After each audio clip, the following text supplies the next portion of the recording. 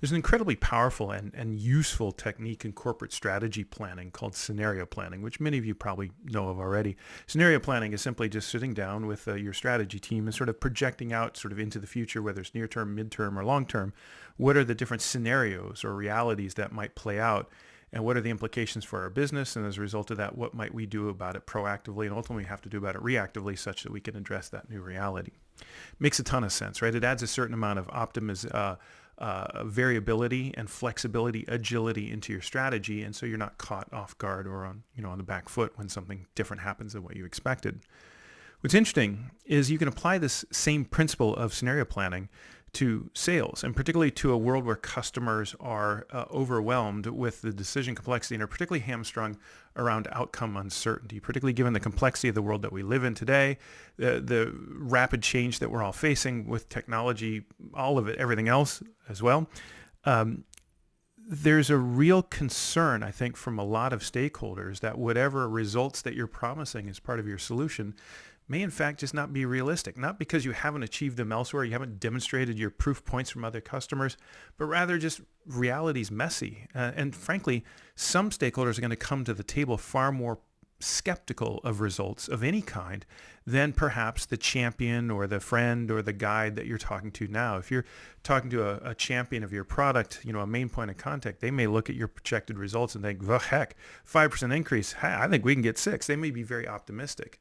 But that's not to mean that that's not to say that there's other people on the buying team and perhaps ones that you're not talking to that are far more skeptical. So how do you help them align with each other and feel more confident in their ability to see results? One of the ways to do it is to adapt or adopt this idea of scenario planning and apply it to the results that effectively you're promising to your customer.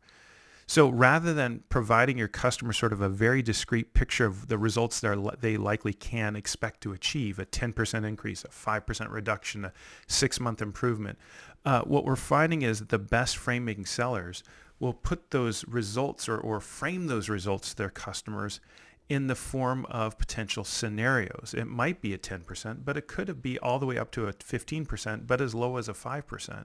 And if that makes you feel a little uncomfortable as a seller to say, well, your results, the results can vary and yours could come in low, the next step, of course, is to help them understand what other companies like them have done or not done, such that they increase the likelihood of achieving the higher end of those results rather than the lower end.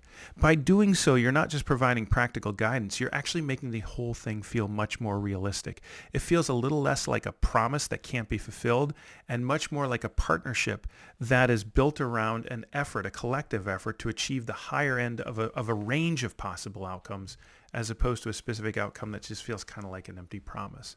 So as you think about building your customers' confidence, not so much in you, but in themselves and their ability to achieve certain results with your solution, paint those results along a range and then provide them the guidance that they can use based on other companies like them to achieve the higher end. And I think what you're going to find, other than those are just so, if there's someone on the buying team that's so skeptical that effectively cynical and just don't believe in the value at all, that is a different conversation altogether. But for those who see the value but just don't think it's going to be that good, acknowledge it. Don't run away from it. Run right at it and help them think, you're right.